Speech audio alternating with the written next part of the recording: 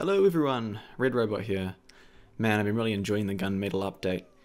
This video is going to cover the scout changes. I had a really awesome gameplay of the short stop, but unfortunately the buff to the short stop was revealed to just be a bug and they have fixed it, which is a shame. They granted it its old reload speed back, which made it amazing. Anyway, might not look like I'm using anything new here. I've got the Pretty Boys pocket pistol equipped.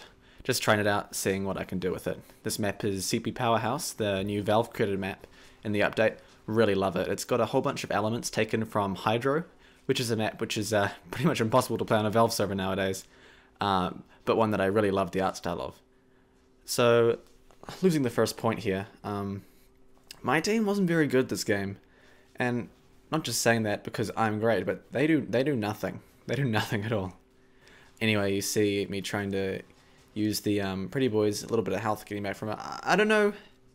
I really prefer the Pretty Boys to how it was before. How it was before was just stupid. Scouts could get ridiculous amount of overheal with the health bonus, and the passive fire downside wasn't really a downside at all in some situations. I mean, unless the enemy have a pyro on their team, or heaven forbid a cow mangler charge shot or a Huolong heater or whatever.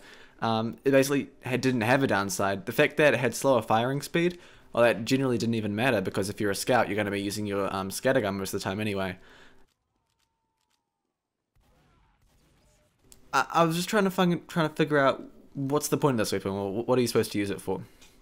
So I found the best way to use it was to kind of use it when you're not in combat, I guess, like to kind of spam it long range to try to regain some health. This map Powerhouse probably isn't the best example of this weapon in action, because this map has plenty of health all around, and I really love that actually. There's health both sides of the point, and both lobbies here, there's health in the little connector area, health everywhere, even on last, lots of medium packs, so it's really easy to just grab one and get right back into the fight as scout. So the Pretty Boys pocket pistol has the damage vulnerability 20%. Only while it's active though. Not sure if that's even necessary even more. It's really not as overpowered as it used to be. The slow firing speed is really significant. Like, it really feels like that could be changed. I'm not sure the health I ever gained from it was significant or made a difference. I felt like I could have been doing better just keeping my scattergun out or using the default pistol. So I think this weapon still needs a little bit of work. But in general, I'm really happy with the changes.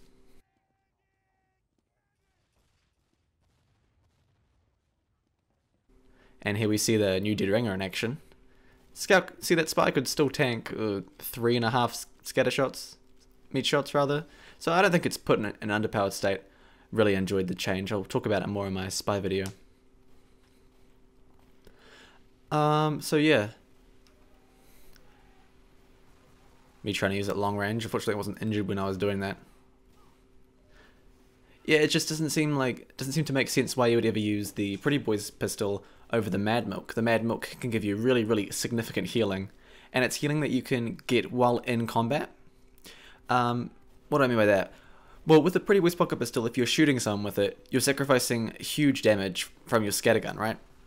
But if you throw your Mad Milk at someone, you can be shooting someone with the scattergun, getting huge damage, getting the Mad Milk heals, the huge heals, and while being damaged yourself. You see, if you're at 125 health, the healing on the Pretty Boys Maz will not even exist. You'll see here, this medic wins the game for his team. Well done, blocking the cat. I should have blocked him from jumping on myself. It's my fault. But as you can see, my team wasn't really helping out too much either. Moving on to Koth Sweden, I'm trying out the new Babyface's Blaster along with the Fan of War. I really like the change to the Babyface's Blaster. I'm not sure if it's perfect yet, but it's definitely a step in the right direction. We've given it a real significant downside. The clip speed, the clip size, the jump penalty, it mattered. It was a downside, but the additional speed was just crazy, and I really like the way they've made it. And I hope they continue to look at it and make more changes like this in the future. This medic, this player, Cosmic Cowpoo, giving me lots of trouble in this game. Yeah, this map's really beautiful. I was having some weird frame issues. I was dropping down to like 110 frames per second, which is really bad for me. I know some people were having it a lot worse, so I'm grateful. I'm really not used to the speed, obviously. I'm missing a whole bunch of really easy shots. But, I don't know, I feel like this weapon's in kind of a good place. As for the Fan of War, you'll see me using it at the end. I mean, the Fan of War's marked for death effect. I always felt that would be better put on the Sandman. I never really liked the stun on the Sandman. And it didn't really seem, it just doesn't seem like a big enough upside for hitting someone with your melee, the Fan of War. Like, why wouldn't I just use the scattergun myself? Like, I get it, maybe if you're out of ammo, you want to mark someone for death before you die so your teammates can take them out. Yeah, that's helpful. That might be better than the bat in some situations. You see I jump cutted before there.